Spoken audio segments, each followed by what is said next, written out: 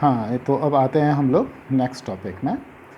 When the expression containing many terms yet it is not considered as polynomial. Expression है, algebraic expression भी है, उसमें constant term भी है, बट फिर भी हम उसको जो है पॉलिनोमियल नहीं बोल सकते हैं। तो ऐसा कौन कौन सा कंडीशन है जब हम उसको पॉलिनोमियल नहीं कहेंगे? तो फर्स्ट कंडीशन ये है कि if exponent of variable is negative, मतलब अगर जो वेरिएबल है x और y या कोई भी वेरिएबल है टर्म में, अगर उसका पावर जो है नेगेटिव होगा तो वो पॉलिनोमियल नहीं कहलाएगा। दूसरा है if exponent of variable is in fraction, अगर किसी वेरिएबल का एक्सपोनेंट मीन्स पावर फ्रैक्शन में है, उस समय भी हम उसको पॉलिनोमियल नहीं कहेंगे। तीसरा है if the variable is in denominator, अगर कोई वेरिएबल है जैसे x y z एनीथिंग ये डिनोमिनेटर में है तो उस कंडीशन में भी हम उसको पॉलिनोमियल नहीं कहेंगे। And if there is any radicals to the variable, अगर वेरिएबल के ऊपर में कोई रेडिकल्स है, रेडिकल्स का मतलब इस तरह का जो सिंबल होता है इसको रेडिकल्स बोलते हैं। अब कोई वेरिएबल है x और उसके ऊपर में ये रेडिकल्स है, या कोई वेरिएबल है y स्क्वायर और उसके ऊपर में ये रेडिकल्स का साइन है, तो इस सिचुएशन में इस तरह का अगर कंडीशन है तो हम उसको पॉलिनोमियल नहीं कहेंगे। हाँ, नंबर्स के ऊपर में रेडिकल्स हो सकता है बट वेरिएबल्स के ऊपर में रेडिकल्स नहीं है। नंबर के ऊपर में पावर जो है नेगेटिव हो सकता है बट वेरिएबल के ऊपर में पावर नेगेटिव नहीं होना चाहिए। क्लियर है? यहाँ देखिए कुछ नोट डाले। हाँ, how can we differentiate between the terms there is, तो टर्म्स कैसे हम लोग, बहुत सारे बच्चों को टर्म्स में ही दिक्कत होता है, वो समझता है कि इसमें 3 टर्म है। नहीं, इसमें 3 टर्म नहीं है, total this is whole 1 term. Terms को डिफ्रेंशिएट कौन करता है? तो प्लस या minus sign.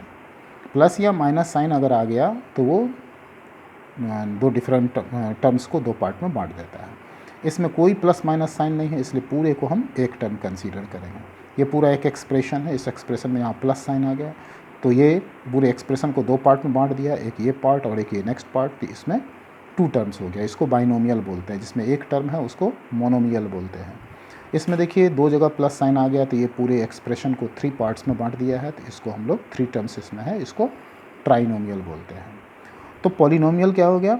Polynomial may have 1 term और more than 1 term and also those terms may be only constant term और they have variable along with constant term. मतलब polynomial में एक टर्म भी हो सकता है, एक से ज़्यादा टर्म भी हो सकता है। जैसे एग्जांपल में 17, सिर्फ 17 लिखा हुआ है तो ये कांस्टेंट है, इसके साथ कोई वेरिएबल नहीं है बट इट इज़ पॉलिनोमियल। दूसरा टर्म लिए हैं एग्जांपल में 17 + 4x, इसमें 2 टर्म्स है, 2 टर्म्स हैं देयर।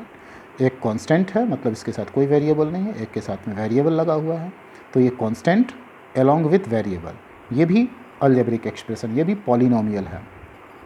तो standard form to write a polynomial they should be written in descending order और ascending order of the exponent of variable। मतलब अगर आपको दिया हुआ रहेगा ये टर्म अनअरेंज्ड फॉर्म में तो आपको अरेंज करना पड़ेगा। ज़्यादातर देखा गया, ज़्यादा स्टैंडर्ड ये है कि उसको आप डिसेंडिंग ऑर्डर में, कैसे? पावर के डिसेंडिंग ऑर्डर में। जैसे पावर 6 सबसे हाईएस्ट है उसको पहले लिखेंगे, फिर पावर क्यूब उससे लोएस्ट है उसको बाद में लिखेंगे, स्क्वायर टर्म्स उससे लोएस्ट है उसको बाद में, सबसे लास्ट में कॉन्स्टेंट टर्म।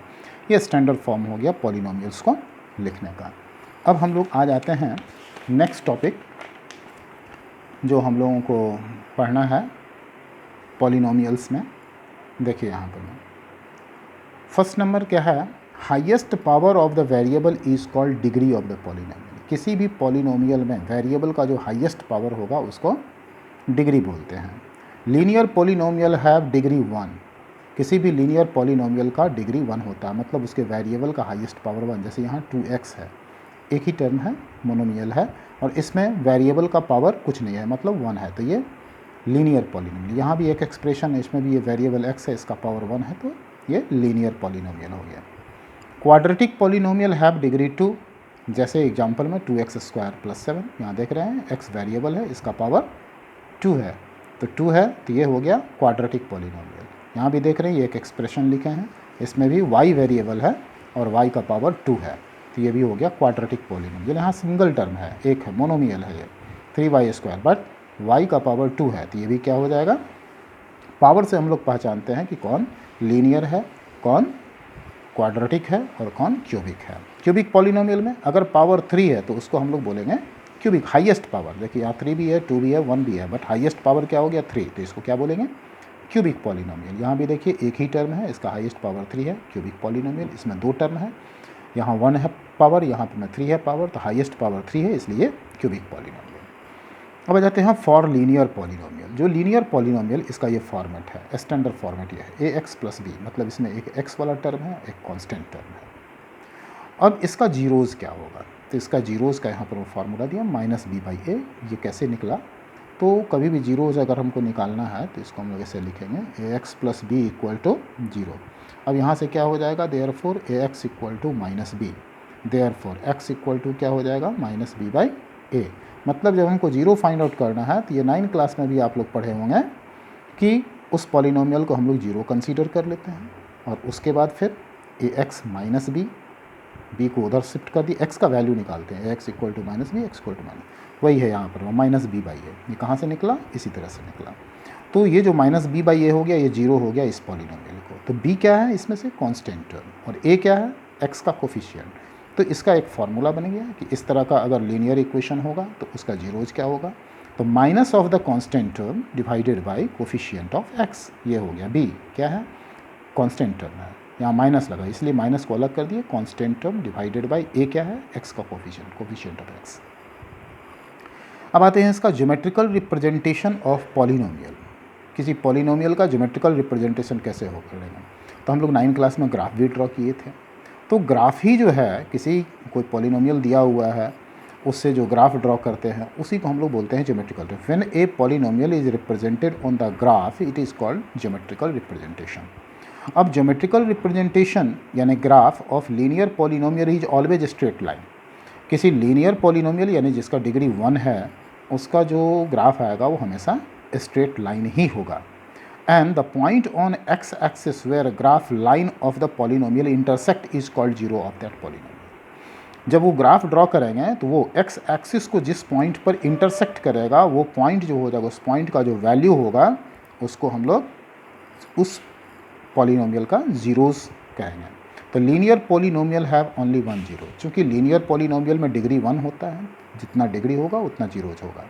जैसे एक एग्जाम्पल लिए हैं पॉलिनोमियल x + 3। अब यहाँ इसको हमने क्या मान लिया, y = x + 3। अब यहाँ पर मैं x का आप अपनी इच्छा से कोई भी वैल्यू ले सकते हैं। हमने 2 वैल्यू लिया, एक बार 1 एक बार -1। फिर यहाँ पर हम पुट करेंगे इस वैल्यूज़ को। जब हम यहाँ पर पुट करेंगे 1 तो ये क्या हो जाएगा, 3 + 1 4, तो यहाँ हो गया 4। जब यहाँ पुट करेंगे -1 तो इसका वैल्यू क्या आ जाएगा 2। तो इस तरह से हमें 2 वैल्यूज़ मिले। अब इन दोनों वैल्यूज़ को लेकर के यहाँ पर देखिए ग्राफ ड्रॉ किए हैं। ये है 1 4, तो ये देखिए x एक्सिस का ये 1 और इसमें बढ़ेंगे y एक्सिस की ओर तो ये 4 यहाँ मीट किया तो ये पॉइंट हो गया 1 4। दूसरा -1 2, तो ये हो गया -1 और ये 2। अब इन दोनों पॉइंट्स को मिलाते हुए हम ये लाइन ड्रॉ किए हैं तो ये x एक्सिस को कहाँ इंटरसेक्ट कर रहा है, -3 पर। तो चूँकि ये ग्राफ लाइन जो है वो इस इक्वेशन का ग्राफ है, इस इक्वेशन को रिप्रेजेंट करता है और ये x एक्सिस को -3 पर इंटरसेक्ट कर रहा है, इसलिए कहेंगे क्या कि ये जो पॉलिनोमियल है इस पॉलिनोमियल का जीरो क्या हो गया, -3। Zeros of the polynomial is -3। चलिए अब नेक्स्ट वीडियो में हम लोग देखते हैं।